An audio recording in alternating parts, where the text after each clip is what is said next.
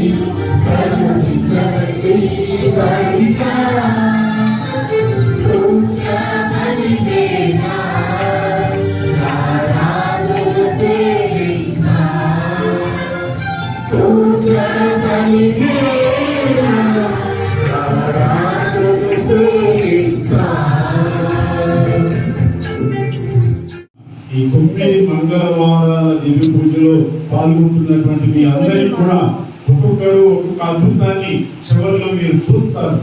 ఎందుకంటే ఇది నా జీవితంలో నేను చూశాను. కొన్ని సంవత్సరాల క్రితం వైకుంఠపురం విచారణలో అప్పుడు ఆ విచారణ మరి తొలి రోజుల్లో కొద్ది మంది మాత్రమే పూజకు వచ్చేటటువంటి వాళ్ళు. ఆ రోజుల్లో నేను మంగళవారాల్లో దివ్య పూజ బలిని ప్రారంభిద్దాం, అంతోని వారి స్వరూపాన్ని ఎవరైనా ఇస్తారా అంటే ఒక వ్యక్తి ముందుకు వచ్చాడు. అప్పుడు కేవలము 2.5 అడుగుల స్వరూపం మాత్రమే. ఇప్పుడు ఈ స్వరూపం ఎన్ని అడుగులు ఉంటుంది?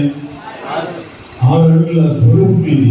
అప్పుడు కేవలం 2.5 అడుగుల స్వరూపాన్ని తీసుకొని వచ్చేసి 9 మంగళవారాల పూజలు ప్రారంభిస్తే మరి ప్రియ దేవుని బిడ్డల నమ్ముతారో నమ్మరు. మరి తొలి రోజుల్లో కేవలము దేవాలయంలో 30-40 మంది ఉండేటటువంటి వాళ్ళు చివరికి 1000 మంది దాకా పూజా బలికి హాజరయ్యారు. ఆ 1000 మంది కాస్త 3000 మంది దాకా కూడా అట్లా అంచెలంచెలుగా ఎదుగుతూ మరి అది అంతోని వారి పుణ్యక్షేత్రముగా మరి ఈ రోజున వైకుంఠపురం అభివృద్ధి చెందింది. అక్కడ ఎంతో పెద్ద దేవాలయం నిర్మించబడింది. ఎంతో మంది భక్తులు అక్కడికి వచ్చేసి పూజా ప్రార్థనలు జరుపుకుంటూ ఉన్నారు. మీరు కూడా చూస్తారు ఈ మన మధ్యలో ఉన్నటువంటి ఈ అంతోని అందరూ కూడా ఇప్పుడు అద్భుతాల అంతోని వారిని పిలుస్తున్నారు. ఎందుకంటే ఆయన యొక్క ప్రార్థనలు దేవుని దగ్గర తీసుకొని ఆయన దేవుని సన్నిధికి చేరుస్తాడు. ప్రసంగంలో చెప్తాము కొన్ని సత్యాల్ని, అవన్నీ కూడా మీ జీవితాల్లో జ్ఞాపకపరుచుకొని దేవుని యొక్క కృపని ప్రత్యేక విధంగా ప్రార్థన చేసుకోండి.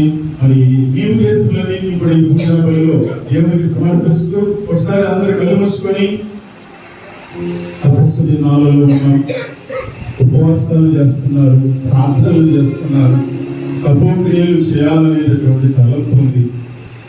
ఈ సమయంలో దేవుని కృపను మనందరం కూడా పొందుకోవాలంటే దేవునికి మనకి మధ్యలో పాపపు అడ్డు కూడా తొలగాలి. మనుషులు మనందరం కూడా ఏమేమి పాపాలు చేస్తామంటే కన్నులతో పాపం చేస్తాం, నాలుకతో పాపం చేస్తాం, హృదయంతో పాపం చేస్తాం, చేష్టలతో పాపం చేస్తాం. మరి అవన్నీ కూడా తొలగిపోవాలి. దేవుని సమృద్ధి అయినటువంటి దేవుళ్ళు మనకి రావాలంటే దేవుని అడుగుదాం. మాయైనటువంటి లోకంలో పడిపోకుండా దేవాల జీవితాలని ప్రభుత్వ దీవించలేదా? ఈ సమయంలో నేను ప్రత్యేక విధంగా ఒక్కొక్క కోరిక నేను మనసులో కలిగి ఉన్నా. ప్రభా అది అద్భుతంగా చేయబడాలంటే ప్రభా నా కన్నులను శుద్ధి చేయండి, నా నాలుకను శుద్ధి చేయండి, నా హృదయాన్ని శుద్ధి చేయండి. రండి నా జీవితంలోనికి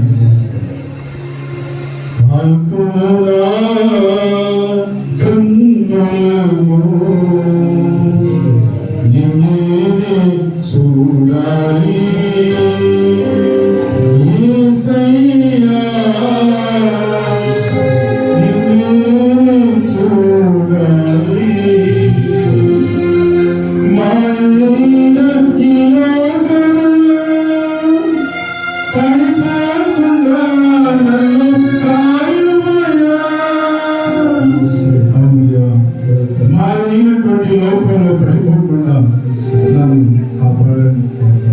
ఇదిగో ఈ కన్నులతో నిన్ను చూడాలి, నీ వెలుగులో చూడాలి, నన్ను ఈ కన్నులను ఆశీర్వదించండి అని అందరూ కూడా మీ కన్నుల పైన సేవ గుర్తులు వేసుకోండి.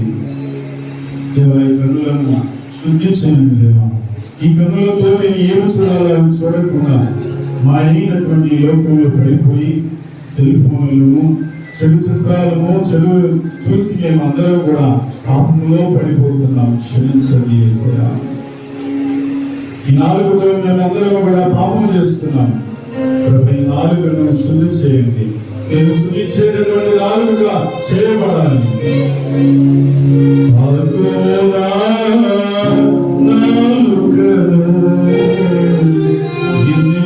స్తుతించాలి యేసయ్యా, నిన్నే స్తుతించాలి. మాయైన ఈ లోకములో పడిపోకుండా నన్ను కాయమయ్యా. నీదు వాక్యము ప్రకటింప నీ ఆత్మతో నన్ను అభిషేకించు. ఈ వాక్యాన్ని బోధించడానికి నీ గురించి సత్యము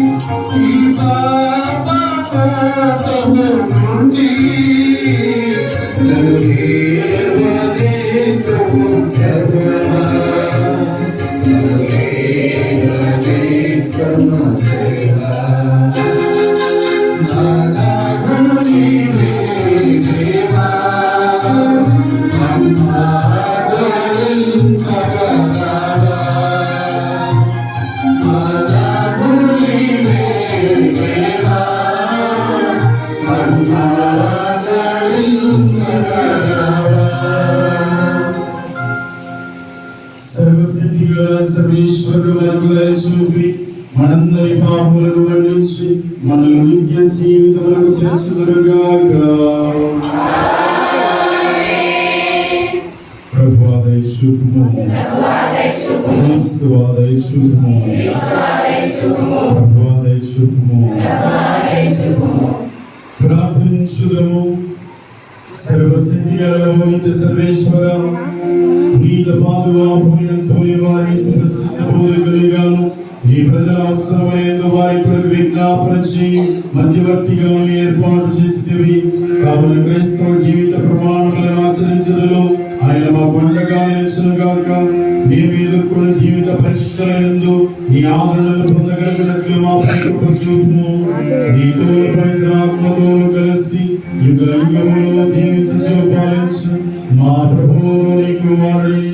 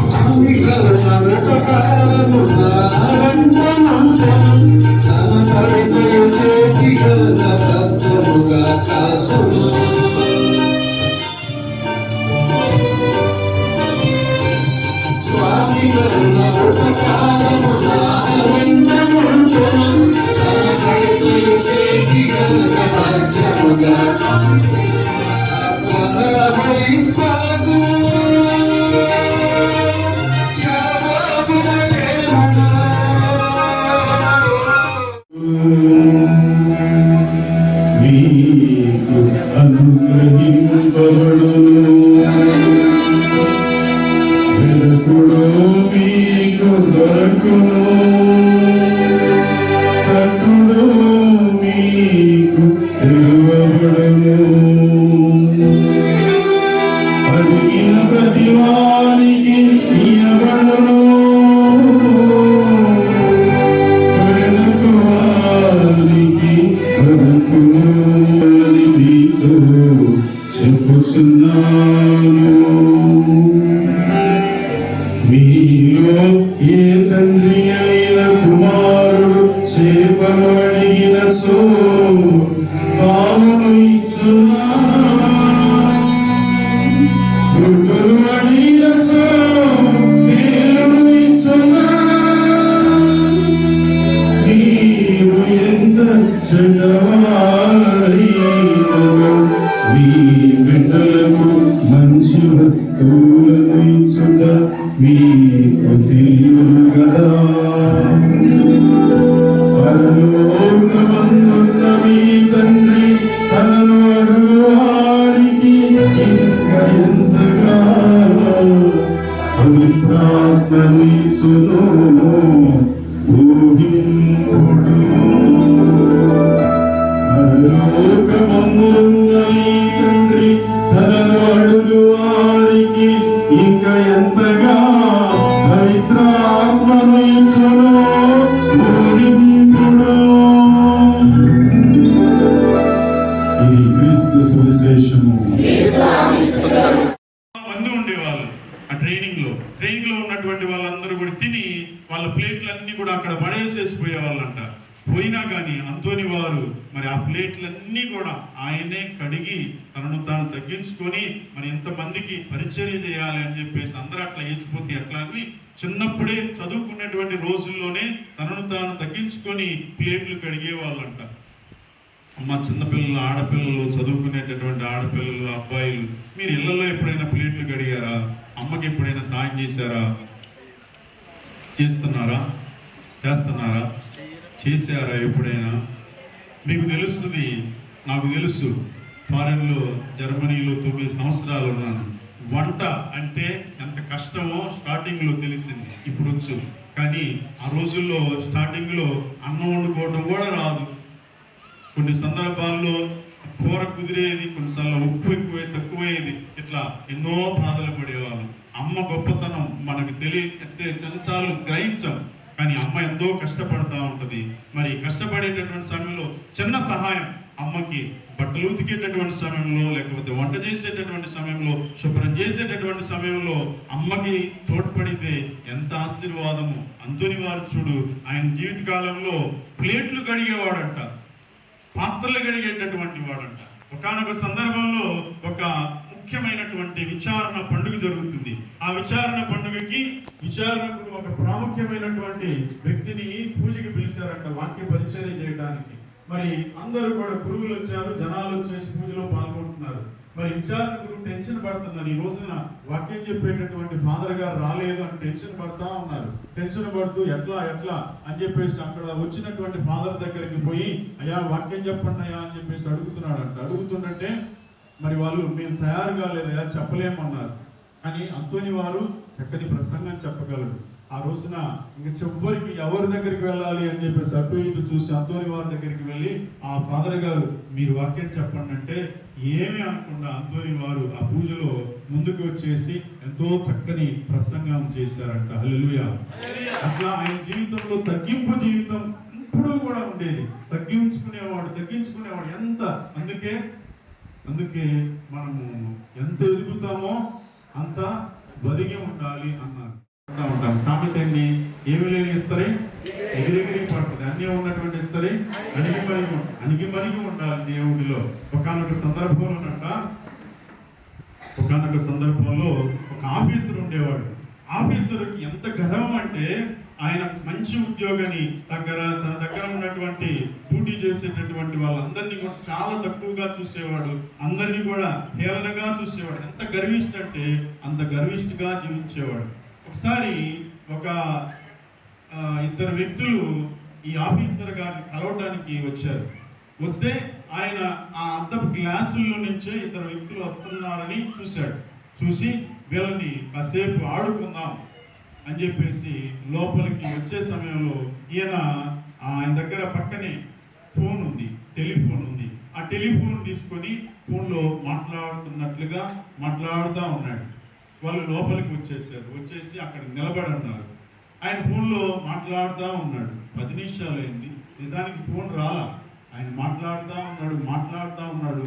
అట్లా 20 నిమిషాలు అయింది, అరగంట అయిన తర్వాత ఇక ఫోన్ పక్కన పెట్టి ఆ వచ్చినటువంటి వ్యక్తులతో, ఏమయ్యా మీకు బుద్ధి లేదా? ఇక్కడ ఫోన్ మాట్లాడుతున్నారు కదా, వచ్చి ఇక్కడ నిలబడి డిస్టర్బ్ చేస్తారేంటి, అన్ని వింటారేంటి అని చెప్పేసి వాళ్ళ మీద గట్టిగా అరుస్తున్నాడు. అప్పుడు వచ్చినటువంటి వాళ్ళు అన్నారు, మేము టెలిఫోన్ ఎక్స్చేంజ్ నుంచి వచ్చామండి, మీ టెలిఫోను 2 రోజుల నుంచి పని చేయట్లేదు, దాన్ని రిపేర్ చేయడానికి వచ్చాము అన్నారంట. హల్లెలూయా, ప్రైజ్ ది లార్డ్. అంటే ఆ వ్యక్తి అంత గర్వంగా వచ్చినటువంటి వ్యక్తులు నిలబెట్టుకున్నాడు. బైబిల్ గ్రంథం మనకి ఏమని చెబుతూ ఉందంటే, ప్రియ దేవుని బిడ్డలారా, శిరాపుత్రుడైన యేసు జ్ఞాన గ్రంథం 3వ అధ్యాయం 18వ వచనంలో, ఎంత అధికుడవో అంత వినయముగా ఉండు, ఎంత అధికుడవైతావో అంత వినయముగా ఉండు. యోసేపు ఆయన ఐగుప్తు దేశంలో ఉన్నప్పుడు కనాను దేశంలో కరువు వచ్చింది. తన అన్నలందరూ కూడా కరువులో ఉండి మరి ఆ దేశంలో ఏమి పంటలు పండకపోయేసరికి దిక్కులేక ఐగుప్తు దేశం వచ్చారు. అప్పుడు ఐగుప్తు దేశంలో రాజుగారి దగ్గర మన యోసేపు ఎంతో ఉన్నతమైనటువంటి పదవిలో ఉన్నాడు.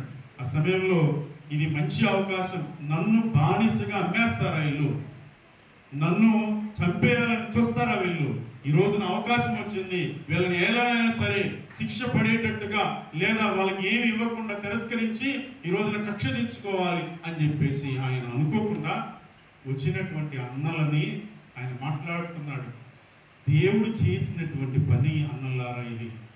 ఈ రోజున నేను కూడా ఆ దేశంలోనే ఉంటే అందరం కరువులోనే ఉండేవాళ్ళం. ఈ దేవుని ప్రణాళిక. ఈ రోజున నన్ను ముందుగానే ఈ దేశానికి దేవుడు పంపించి ఈ రోజున కరువు కాలంలో మిమ్మల్ని ఆదుకునటానికి నన్ను ముందుగానే ఇక్కడికి పంపించారు దేవుడు.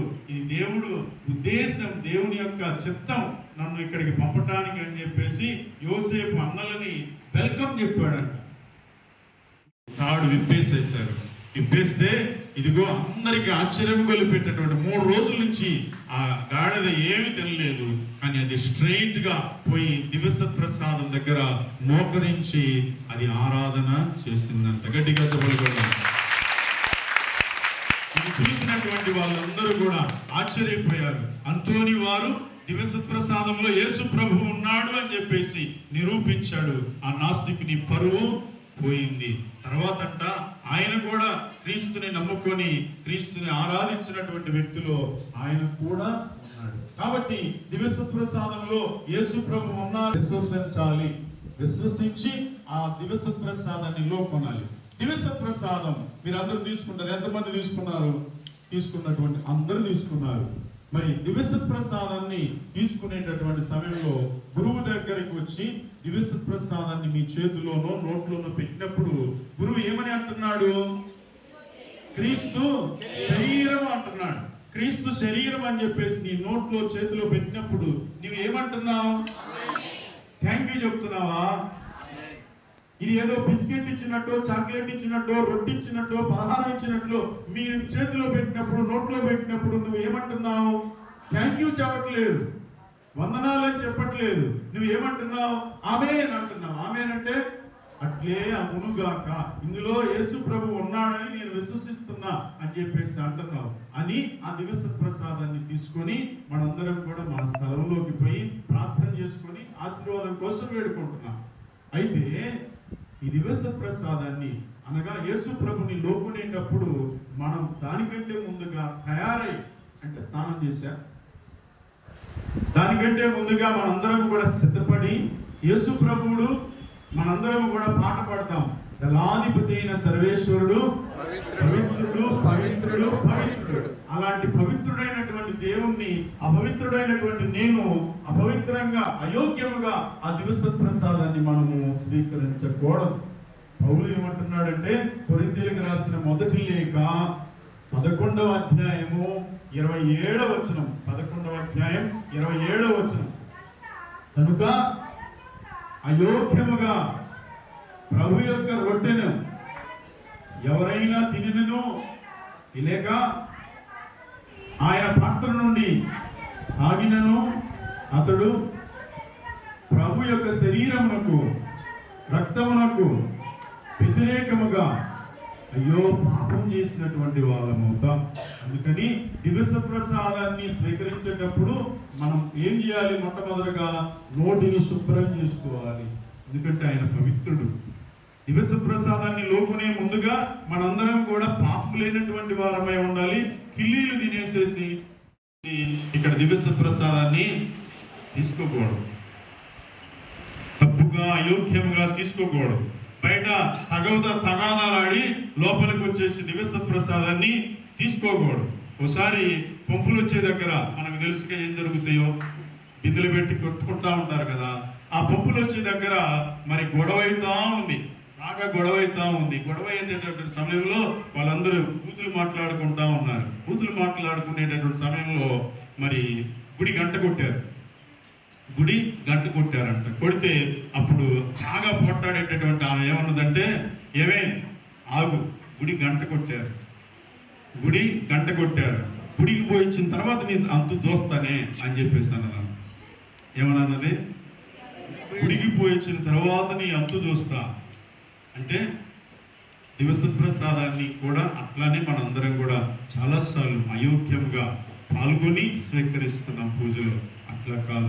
అంతోని వారికి ఎట్లా దివస ప్రసాదం ఎడల భయభక్తులు కలిగి ఉన్నారో మన జీవితంలో కూడా యేసు ప్రభు దివ్య మందసంలో ఉన్నాడని విశ్వసిస్తే ఎన్నో గొప్ప కార్యాలు జరుగుతాయి. Praise the Lord. కనుక దివస ప్రసాదం ఎడల ఆయనకు భక్తి విశ్వాసాలు ఉన్నాయి. నెంబర్ 1 అది. రెండవది, అంతోని వారిలో ఎంతో దీనత్వము ఉంది, తగ్గింపు జీవితం ఉంది. యేసు ప్రభు చెప్పినటువంటి అష్టభాగ్యాల్లో నెంబర్ 1 ఏమిటి? దీనాత్ములు ధన్యులు దేవరాజ్యము వారి.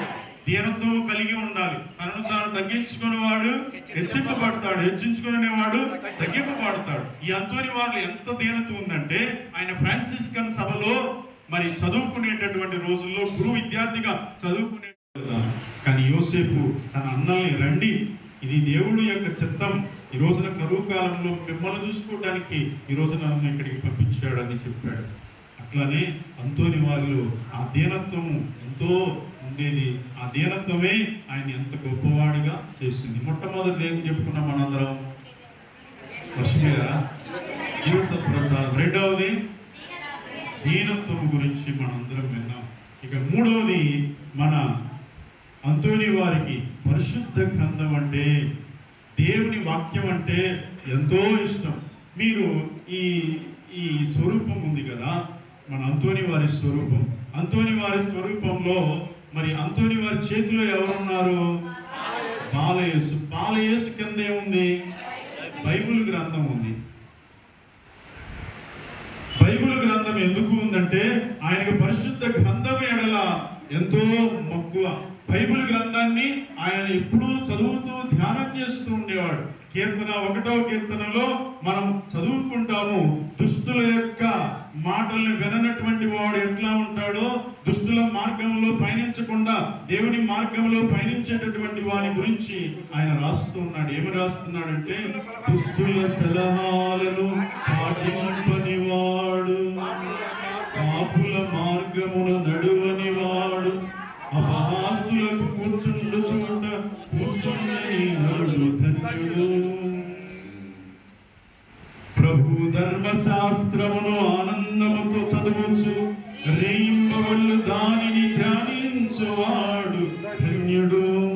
దేవుని యొక్క వాక్యం ధర్మశాస్త్రాన్ని, బైబిల్ గ్రంథాన్ని ఆనందంతో చదువుతూ దాన్ని ధ్యానించేటటువంటి వాడు ఎట్లా ఉంటాడంటే ఏటి ఒడ్డున నాటబడినటువంటి మొక్కలాగా ఎప్పుడు కూడా కలకలలాడుతూ ఉంటాడు. మరి మనందరం కూడా ఈ ధర్మశాస్త్రాన్ని, దేవుని వాక్యాన్ని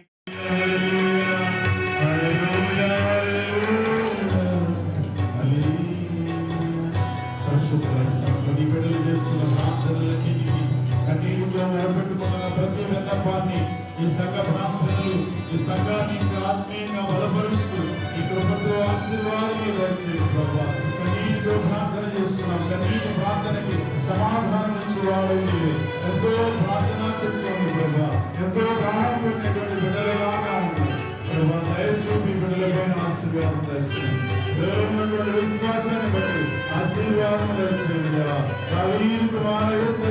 కనికరము చూపండి. విశ్వాసంతో బిగ్గరగాంచి మరి పుట్టుకుటుంబాన్ని స్వస్థపరిచినట్లుగా 12 సంవత్సరాల నుంచి నిరీక్షణ కలిగి రక్తస్రావంలో ఉన్నటువంటి బిడ్డను స్వస్థపరిచినట్లుగా ఈ బిడ్డల ప్రాంతాలకు ఆశీర్వాదము, ఆరోగ్యము, సంతోషము, అభివృద్ధిని, ఉద్యోగములను, సంతాన భాగ్యమును, పైరు పంటలను, ఉద్యోగములను ఈ బిడ్డలందరికీ కూడా ఆశీర్వాదం దయచేస్తుంది. ఈ 9 మంగళవారాల ప్రత్యేక అంతోని వారి ప్రార్థనల ద్వారా గొప్ప ఆశీర్వాదం ఈ బిడ్డలందరికీ కూడా దీవెనగా మలచి దీవించి నడిపించేటటువంటి నాయకుడిలాగా, నావికుడిలాగా, బోధకుడిలాగా, స్నేహితుడిలాగా ఉండి దీవించే ఆశీర్వాదములు పొందండి దేవా. నడిపిస్తాడు నా దేవుడు శ్రమలోనైనా నన్ను విడువడు. నడిపిస్తాడు నా దేవుడు. కలుపుకొని కోరిక దేవునికి సమర్పించి దేవునికి అర్పించుదాం.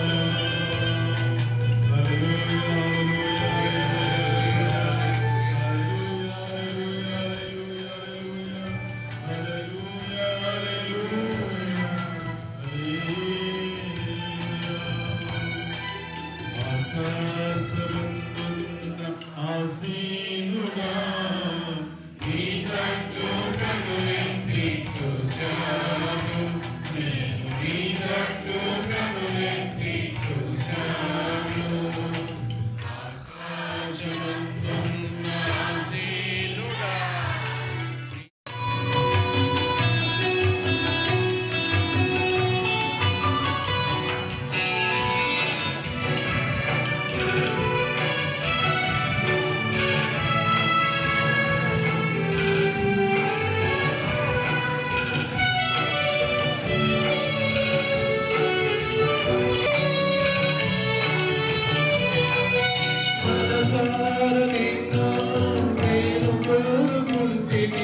తొలి పదములను కొని తెచ్చితిని.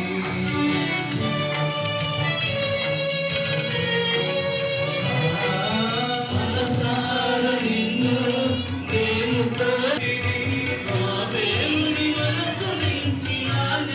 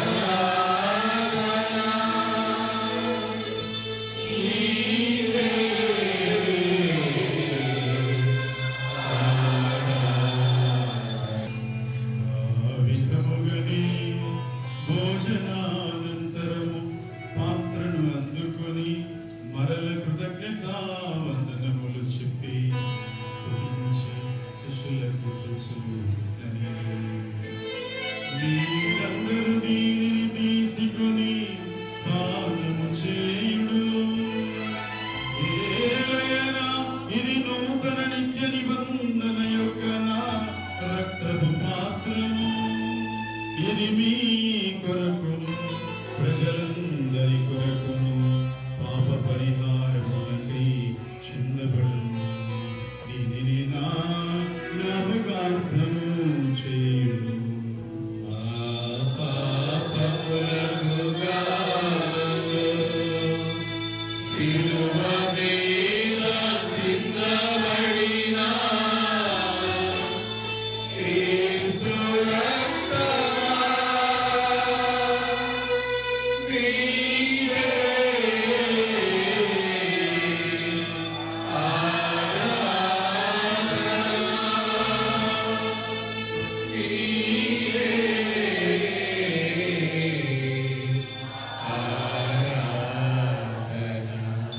విశ్వాస రహస్యము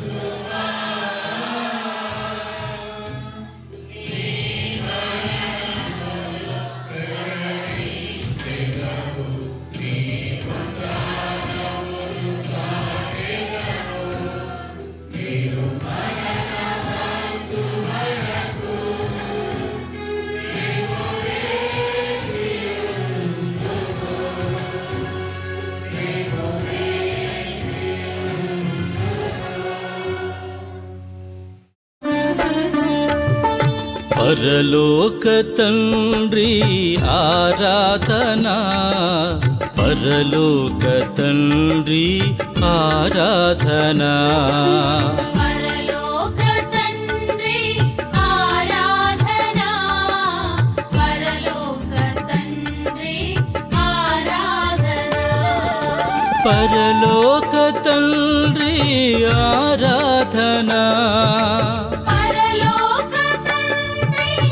ఆరాధనా పరలోక తండ్రి ఆరాధనా పరలోక తండ్రి ఆరాధనా హల్లెలూయా హల్లెలూయా స్తుతి మహిమా హల్లెలూయా హల్లెలూయా స్తుతి మహిమా హల్లెలూయా హల్లెలూయా స్తుతి మహిమా హల్లెలూయా హల్లెలూయా స్తుతి మహిమా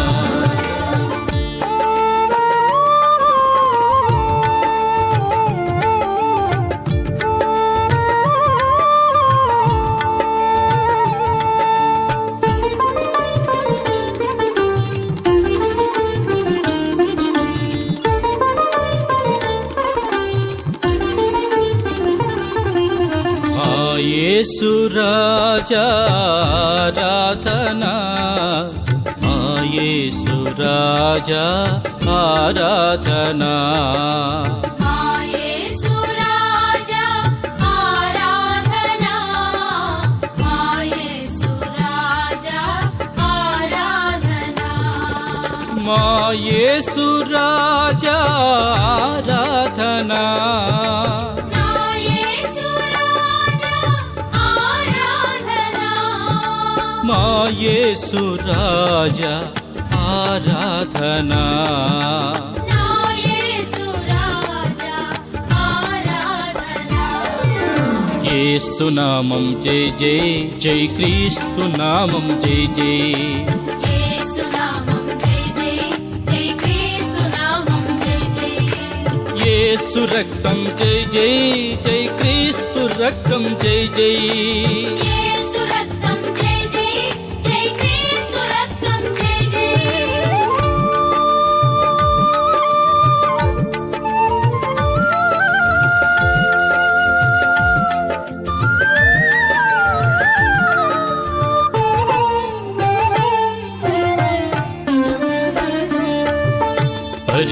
పరిశుద్ధాత్మా ఆరాధనా పరిశుద్ధాత్మా ఆరాధనా పరిశుద్ధాత్మా ఆరాధనా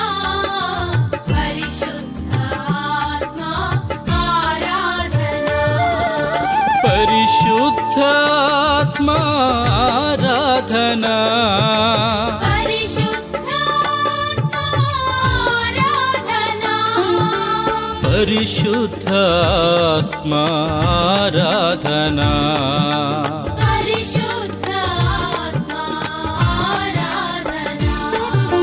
హల్లెలూయా హల్లెలూయా స్తుతి మహిమా హల్లెలూయా హల్లెలూయా స్తుతి మహిమా హల్లెలూయా హల్లెలూయా స్తుతి మహిమా హల్లెలూయా హల్లెలూయా స్తుతి మహిమా హల్లెలూయా హల్లెలూయా స్తుతి మహిమా హల్లెలూయా హల్లెలూయా స్తుతి మహిమా.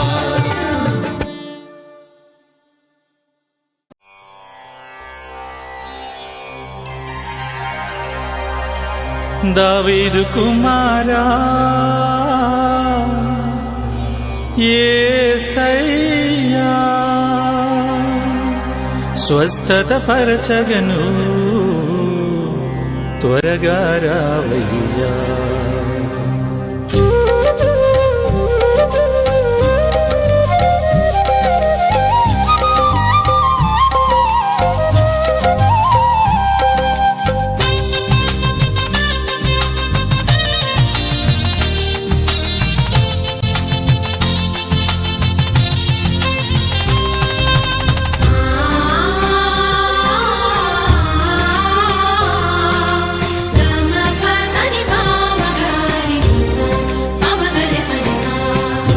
కుమార యేసయ్యా నన్ను కరుణించయ్యా, ఒక మాటైనా చాలును దేవా, స్వస్థత పొందెదను నేను స్వస్థత పొందెదను.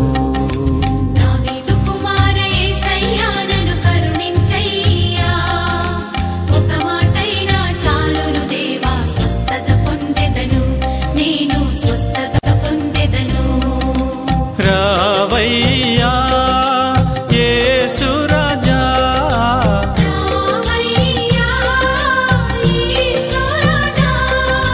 స్వస్థత పరచగను త్వరగా రావయ్యా.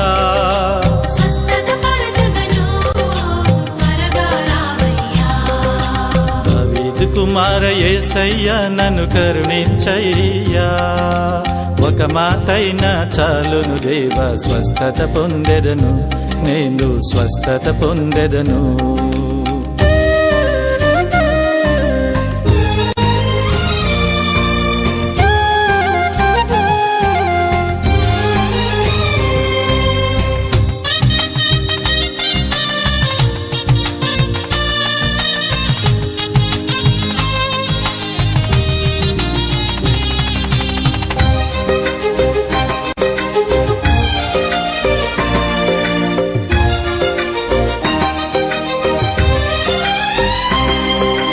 అంగి అంచును అంటగని అద్భుత స్వస్థతనిచ్చావు.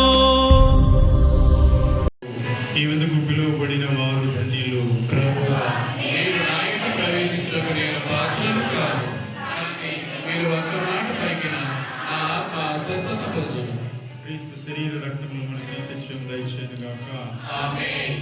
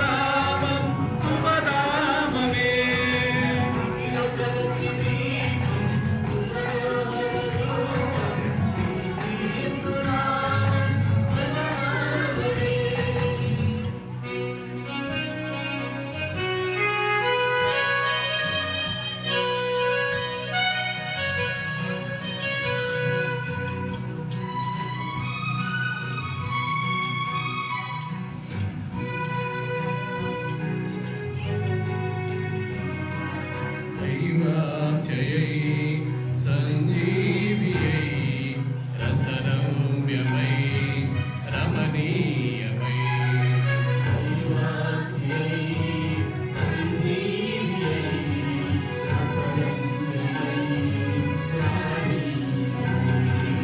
ప్రభు యేసు రక్త దేహమే మన ఆత్మకు జీవన పానం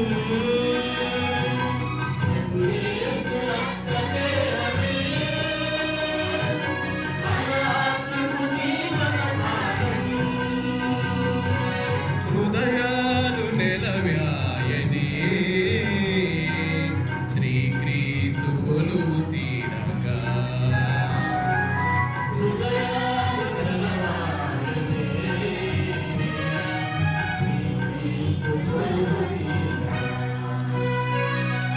నిఖిల జగతి దీపం సుమనోహర రూపం శ్రీయేసు నామం శుభనామమే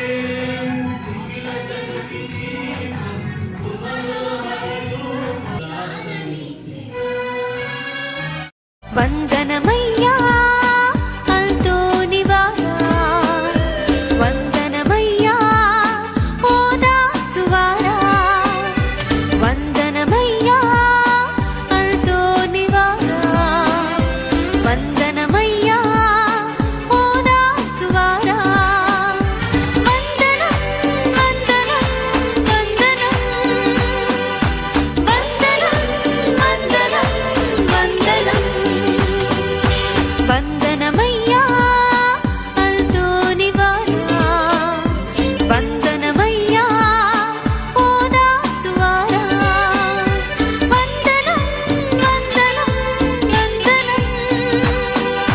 వందనం వందనం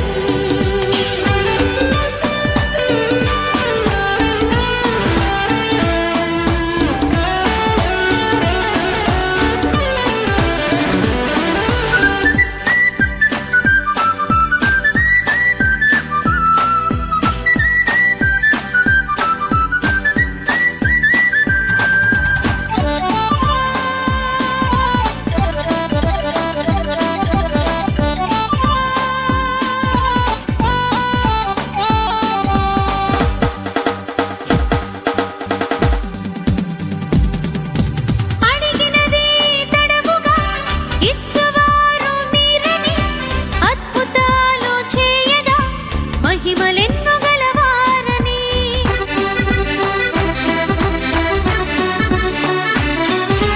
పరితాప హృదయులను ఊరడించువారని పాపాత్ముల మనసును మార్చువారు మీరని నిన్ను వేడగా నీ దరిని చేరగా మాకు తోడుగా మా చెంతనుండుమా అభయమిచ్చి శుభము కూర్చి ఆదరించుమయ్యా వందనమయ్యా అంతోనివారా వందనమయ్యా ఓదార్చువారా వందనం వందనం వందనం వందనం వందనం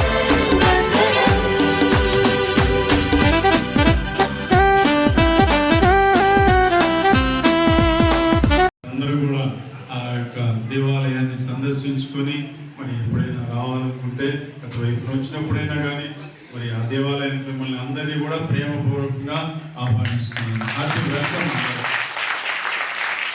చాలా సంతోషం నన్ను ఈ పూజకి పిలుస్తున్నందుకు. మరి ఇంకొక అవకాశం ఉంటే ఎప్పుడైనా భవిష్యత్తులో మరి తప్పకుండా మరలా వచ్చి పూజలో పాల్గొంటాను. దేవుడు మిమ్మందరినీ దీవించును గాక. ఆమేన్.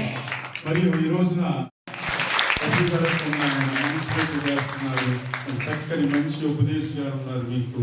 మరి ఉపదేశ గారికి ప్రత్యేక అభినందనలు. అలాగే చక్కగా పెద్దలు ఇంతమంది దీక్షలు తీసుకున్నారు. మరి తపస్సులో మరి మిమ్మల్ని అందరూ మీ కోరికలన్నీ కూడా దేవుడు తీర్చి మీ ప్రార్థనలకి గొప్ప దీవెన అనుగ్రహించాలని మిమ్మల్ని అందరినీ కోరుతూ, మరియు ఆడవాళ్ళని మమ్మల్ని పోగొట్టలేదంటే మీరు అందరూ కూడా ఇంతమంది మర్యాదల సభ్యులు చక్కగా పూజలో పాల్గొన్నారు. చాలా సంతోషం. చాలా దేవాలయాల్లో కేవలము స్త్రీ స్త్రీలు మాత్రమే ఉంటారు, కానీ ఈ దేవాలయంలో పురుషులు కూడా సమూజీలుగా ఉన్నారు. అందుకని పురుషుల్ని అభినందిస్తూ ఉన్నాను, అలాగే స్త్రీలను కూడా అభినందిస్తూ ఉన్నాను. ఇది స్త్రీ సభ కాదు, పురుష సభ కూడా. కాబట్టి మనందరికీ చాలా సంతోషం, మీరందరూ కూడా పూజలో పాల్గొనడం. చక్కగా సంగీతాన్ని వాయిస్తున్నాడు సోదరుడు కూడా ప్రత్యేక అభినందనలు తెలియజేస్తాను. చక్కని పాటల టీం ఉంది, పాటలు పాడుతున్న అందరికీ కూడా జ్యోతి రాజు అందరికీ మీ అందరి పేర్లు తెలియదు, అందరికీ ఆశీస్సులు తెలియజేస్తూ ముగిస్తున్నాను. Thank you.